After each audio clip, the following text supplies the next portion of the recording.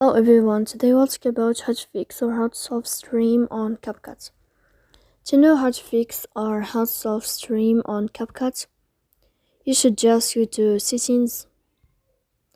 After that, we can click on apps, default apps, app settings. Then in this list, you will enter to CapCut and you can click.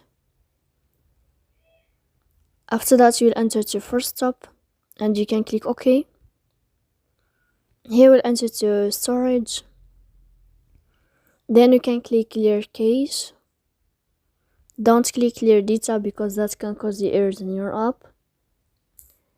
In the end, you can turn off your phone and you can wait a moment to turn on your phone again. So please don't forget to support us, bell icon and subscribe. See you next time in another video and thank you for your attention and your watching.